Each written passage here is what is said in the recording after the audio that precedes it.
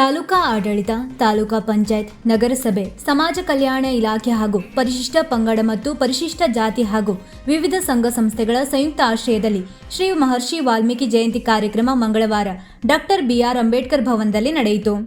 ಕಾರ್ಯಕ್ರಮ ಉದ್ಘಾಟಿಸಿ ಮಾತನಾಡಿದ ಎಸಿ ಕಾವ್ಯರಾಣಿ, ಮಹರ್ಷಿ ವಾಲ್ಮೀಕಿ ಅವರು ಒಬ್ಬ ಮಹಾನ್ ಪುರುಷ.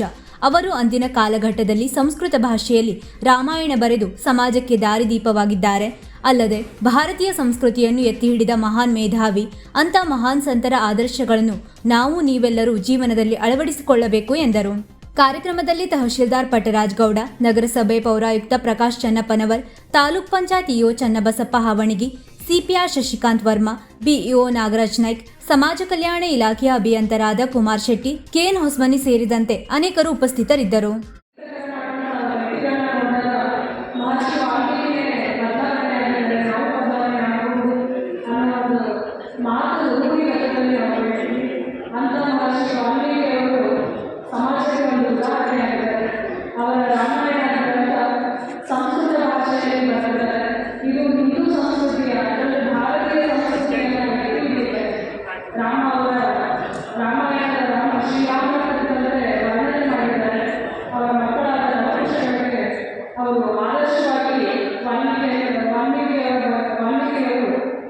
ತಮ್ಮ ಬರಹದಲ್ಲಿ ಅದನ್ನು ಬಿಡಿಸಿದ್ದಾರೆ.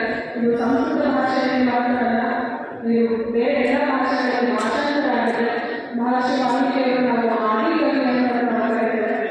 ಅಂಥದ್ರಲ್ಲಿ ಎಲ್ಲ ದೇವರು ಮತ್ತು ದೇವತೆಗಳ ಬಗ್ಗೆ ಅವರ ಅನುಗ್ರಹವನ್ನು ಪಡೆದು ಆ ಅನುಗ್ರಹವನ್ನು ಒಂದು ಬರಹದ ರೂಪದಲ್ಲಿ ಮಾಡಿ ಅಥವಾ ಜನಸಾಮಾನ್ಯರಿಗೆ ಅರ್ಥವಾಗುವಂತೆ ಮಾಡಿದ್ದಾರೆ ಅಂದರೆ ಆಶ್ಚರ್ಯವಿಲ್ಲ.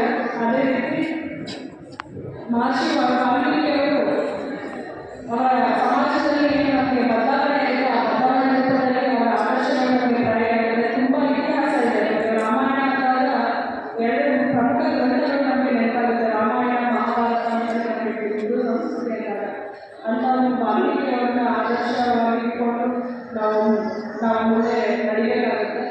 ಇಷ್ಟು ಮಾತುಗಳನ್ನು ಹೇಳ್ತಾ ಎಲ್ಲರಿಗೂ ಮತ್ತೊಮ್ಮೆ ವೀಕ್ಷಕ ಮಹಾಪ್ರಭುಗಳೇ, ನಮ್ಮ ಚಾನಲ್ ಅನ್ನು ಸಬ್ಸ್ಕ್ರೈಬ್ ಮಾಡಿ, ಶೇರ್ ಮಾಡಿ, ಪ್ರೋತ್ಸಾಹಿಸಿ.